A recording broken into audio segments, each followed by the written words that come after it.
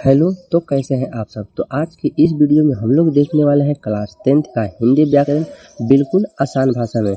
आज का एक नया चैप्टर अध्याय शुरू करते हैं जिसका नाम है वर्णमाला। क्या नाम है? वर्णमाला। तो चलिए शुरू करते हैं बिल्कुल एकदम आसान भाषा में। तो सबसे पहले कह रहा है कि वर्ण किसे कहते हैं। वर्ण, तो याद रखना कि वर्ण वह छोटी से छोटी इकाई है जिसको टुकड़ा नहीं कर सकते हैं, बांट नहीं सकते हैं, कुछ कर नहीं सकते हैं, टुकड़े नहीं कर सकते हैं, उसी को कुछ कहते हैं वर्ण ना। उसी को क्या कहते हैं? क्या कहते हैं? वर्ण कहते हैं। यानी कि वह छोटी से छोटी इकाई होती है, छोटी से छोटी इकाई होती है। जैसे में अ को का बांट सकते हैं? नहीं बांट सकते हैं। आ को का बांट सकते हैं? नहीं बांट सकते हैं ना। तो वही बोल रहा है कि भाषा की सबसे छोटी इकाई ध्वनि या वर्ण है।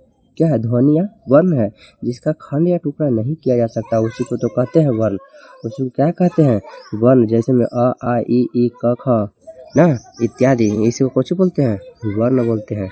याद रखिएगा कि वर्ण के दो प्रकार होते हैं। वर्ण के कितने प्रकार होते हैं? वर्ण के दो प्रकार होते हैं, एक स्वर वर्ण और व्यंजन वर्ण। कौन कौन से होते हैं? एक स्वर वर्ण और दूसरा व्यंजन वर्ण होते हैं ना। तो चलिए आगे कहता है कि वर्णमाला क्या है।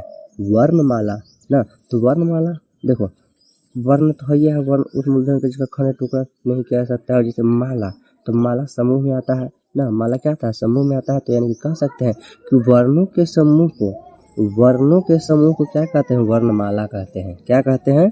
वर्णमाला कहते हैं ना। यहाँ पे लिखा भी है कि वर्णों के व्यवस्थित समूह को वर्णमाला कहते हैं ना। वर्णमाला कहते हैं। चलिए अब चलते हैं। कह रहा है कि उच्चारण के आधार पर वर्ण कितने हैं? 45 है। हम लोग बोल के समझते हैं, बोल के अगर देखते हैं तो वर्ण कितने होते हैं? 45 होते हैं। अगर हम लिख के देखते हैं तो वर्ण कितने बढ़ जाते हैं? 52 हो जाते हैं। कितने हो जाते हैं? 52 हो जाते हैं। तो चलिए देखते हैं कि अगर वर्ण 45 है तो उसमें कितने स्वर होते हैं, कितने व्यंजन होते हैं? तो उसमें 10 स्वर होते हैं, 35 व्यंजन होते हैं। कितने होते हैं? 10 स्वर होते हैं, 35 व्यंजन होते हैं। अगर वर्ण 52 है तो उसमें 13 स्वर होते हैं और 35 व्यंजन होते हैं। 35 क्या होते हैं? व्यंजन होते हैं। और 4 ठो संयुक्त व्यंजन होते हैं। 4 ठो क्या होते हैं? संयुक्त व्यंजन होते हैं ना। तो इतना आया। तो चलिए आगे चलते हैं। एकदम बिल्कुल आसान भाषा में देखने वाले हैं, कोई टेंशन नहीं, एकदम आसान से समझ में आ जाएगा ना। तो चलिए अब कहता है कि स्वर वर्ण क्या है। स्वर वर्ण यानी कि स्वर वर्ण उसे कहते हैं जिसको उच्चारण करने में कोई की सहायता नहीं ली जाती है, कोई दूसरा वर्ण की सहायता नहीं ली जाती है, कोई दूसरा वर्ण की सहायता नहीं ली जाती है, उसी को क्या कहते हैं? स्वर वर्ण ना। तो चलिए देखते हैं परिभाषा। स्वर वर्ण उन वर्णों को कहते हैं जिसका उच्चारण स्वतंत्र रूप से होता है। यानी कि कहने का अर्थ है कि दूसरा वर्ण की सहायता नहीं ली जाती है, दूसरे वर्ण की सहायता नहीं ली जाती है। जैसे में अ आ ई उ, यानी कि इसमें कोई और वर्ण आ रहा है? नहीं आ रहा है। तो इसी को ही तो कहते हैं स्वर वर्ण। इसी को क्या बोलते हैं हम लोग? स्वर वर्ण बोलते हैं ना। चलिए अब चलते हैं आगे। तो आगे करा कि मुख्य रूप से स्वर वर्ण कितने होते हैं? 11 होते हैं। मुख्य रूप से स्वर वर्ण कितने होते हैं? 11 होते हैं। हाँ, लेकिन अ जो है वो मात्रा विहीन है, मात्रा इसमें नहीं होता है। जैसे में ये होता है, आ ये होता है ना, तो इसमें मात्रा विहीन होता है, इसमें मात्रा नहीं होता है। हाँ, चलिए अब कहता है कि व्यंजन क्या है ना।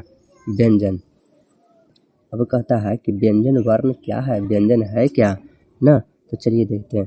तो व्यंजन वर्ण करा कि वह वर्ण जिसको उच्चारण करने में स्वर वर्ण की सहायता ली जाती है ना। यानी कि व्यंजन वर्ण को जैसे ही उच्चारण करेंगे तो उसमें क्या आ जाएगी? स्वर वर्ण आएगा। क्या आएगा? स्वर वर्ण आएगा। उसी को कहते हैं हम लोग व्यंजन वर्ण ना। उसी को क्या बोलते हैं हम लोग? व्यंजन वर्ण। अगर स्वर वर्ण की सहायता ली जा रही है तो उसी को क्या बोलेंगे हम लोग? व्यंजन वर्ण। जैसे दिखाते हैं, टेंशन मतलब। तो अब कुल व्यंजन कितने हैं? कुल व्यंजन 35 है।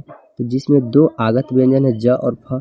2 आगत व्यंजन है, ज और फ ना। स्वर वर्ण का वर्गीकरण। अब देखते हैं कि स्वर वर्ण का वर्गीकरण क्या होता है ना। देखते हैं। तो सबसे पहले देखते हैं कि उत्पत्ति के आधार पर स्वर का वर्गीकरण कितने प्रकार में होता है। पहला है संधि स्वर। कौन स्वर? संधि स्वर ना। तो संधि स्वर कह रहा है कि वह स्वर जो किसी अन्य स्वर के मेल से बने होते हैं। वह स्वर जो किसी अन्य स्वर के मेल से बने होते हैं उसे क्या बोलते हैं? संधि स्वर। तो चलिए आज के लिए इतना ही। धन्यवाद। आगे कल।